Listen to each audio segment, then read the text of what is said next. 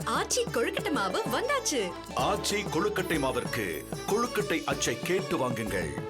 தொடர் போராட்டத்தில் ஈடுபட்டு வரும் தூய்மை பணியாளர்கள் நீதிமன்ற உத்தரவுக்கு இணங்க கலைந்து செல்லுமாறு மைக் மூலமாக காவல்துறை அறிவுறுத்தியுள்ளது.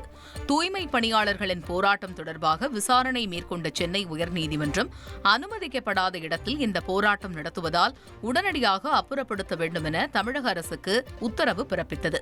இதனையடுத்து நீதிமன்ற உத்தரவுக்கு இணங்க கலைந்து செல்லுமாறு காவல்துறை சார்பில் மைக் மூலம் அறிவுறுத்தப்பட்டது. அனுமதிக்கப்பட்ட இடங்களில் மட்டுமே போராட்டம் மேற்கொள்ள வேண்டும் என நீதிமன்றம் தெரிவித்துள்ளதால் அனுமதி வழங்காத இடத்தில் போராட்டம் நடத்தி வருவது நீதிமன்ற அவமதிப்பாக கருதப்படும் என எச்சரித்தனர். அனுமதிக்கப்படாத இடத்தில் போராட்டம் நடத்த அனுமதிக்க முடியாது என்று கூறி நீதிமன்றம் தெரிவித்து தாங்கள் அனைவரும் கலைந்து சென்று சட்ட ரீதியாக காவல்துறையை அணுகி அனுமதிக்கப்பட்ட இடத்தில் போராட்டத்திற்கான இடத்தை தேர்வு செய்து அவ்வாறான உங்களது போராட்டத்தை நடத்திக் கொள்ளிட வழிவகை செய்யுமாறு அறிவுறுத்தி உத்தரவிட்டுள்ளது. இந்த உத்தரவை நீங்கள் அனைவரும் தெரிந்து கொண்டு நீங்கள் கூடியிருக்கும் இந்த இடத்தில் அனுமதிக்கப்பட்ட இடம் இல்லை என்பதை தெரிந்து கொண்டு உடனடியாக இந்த இடத்திலிருந்து நீங்கள் கலைந்து சொல்ல காவல்துறை சார்பாக அறிவுறுத்தப்படுகிறீர்கள்.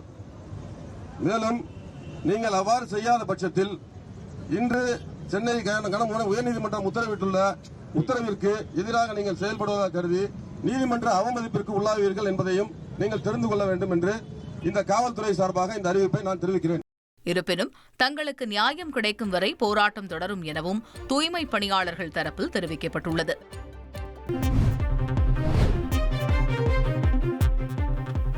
சுதந்திர தினத்தை முன்னிட்டு சென்னை முழுவதும் 9100 காவலர்கள் பாதுகாப்பு பணியில் ஈடுபட்டுள்ளனர். முன்னெச்சரிக்கை நடவடிக்கையாக சென்னை விமான நிலையம், ரயில் நிலையங்கள், பேருந்து முனையங்கள், மெட்ரோ நிலையங்கள், வணிக வளாகங்கள், கடற்கரை பகுதிகள், வழிபாட்டுத் தலங்கள் மற்றும் இதர முக்கிய பிரமுகர்கள் செல்லும் இடங்களில் கூடுதலாக காவலர் குழுவினர் நியமிக்கப்பட்டு தீவிர சோதனைகள் நடத்தப்பட்டது. முக்கியமான இடங்களில் தடுப்புகள் அமைத்து காவல்துறையினர் மூலம் தீவிர வாகன தணிக்கையில் ஈடுபட்டுள்ளனர்.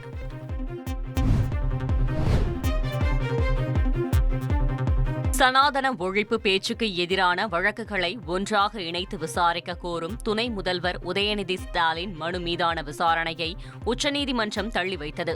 மனுதாரர் தரப்பில் ஆஜரான வழக்கறிஞர் மனுவை விரைந்து விசாரிக்க வேண்டும் என கோரிக்கை வைத்தார்.